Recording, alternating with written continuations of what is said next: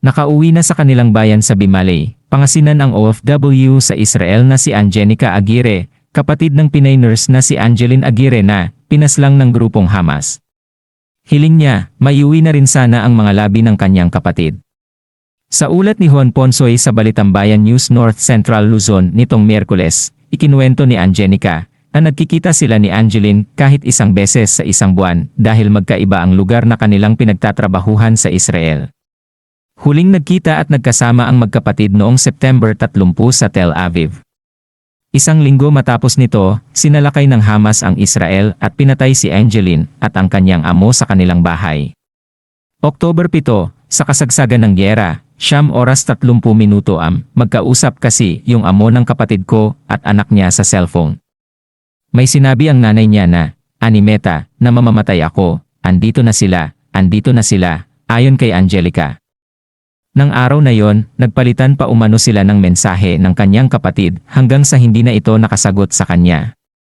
Bagaman masaya si Angenica na nakauwi na siya noong Oktubre 30, malungkot siya na naiwan pa sa Israel ang mga labi ng kanyang kapatid at hindi nabuo ang kanilang pamilya.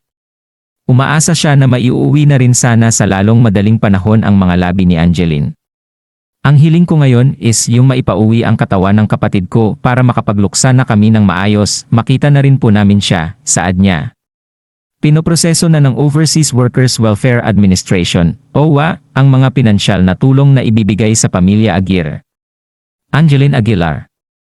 Nakauwi na sa kanilang bayan sa Bimali, Pangasinan ang OFW sa Israel na si Angenica Aguirre, kapatid ng Pinay nurse na si Angeline Aguirre na pinaslang ng grupong Hamas. Hiling niya, maiuwi na rin sana ang mga labi ng kanyang kapatid.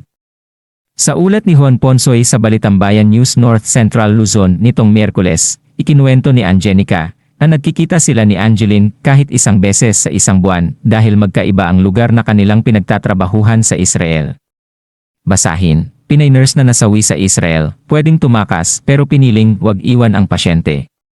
Huling nagkita at nagkasama ang magkapatid noong September 30 sa Tel Aviv. Isang linggo matapos nito, sinalakay ng Hamas ang Israel at pinatay si Angeline at ang kanyang amo sa kanilang bahay. October 7, sa kasagsagan ng gyera, 9:30 magkausap kasi yung amo ng kapatid ko at anak niya sa cellphone. May sinabi ang nanay niya na, "Animeta, na mamamatay ako, andito na sila, ayon kay Angelica." Nang araw na yon, nagpalitan pa umano sila ng mensahe ng kanyang kapatid hanggang sa hindi na ito nakasagot sa kanya. Bagaman masaya si Angenica na nakauwi na siya noong Oktubre 30, malungkot siya na naiwan pa sa Israel ang mga labi ng kanyang kapatid at hindi nabuo ang kanilang pamilya.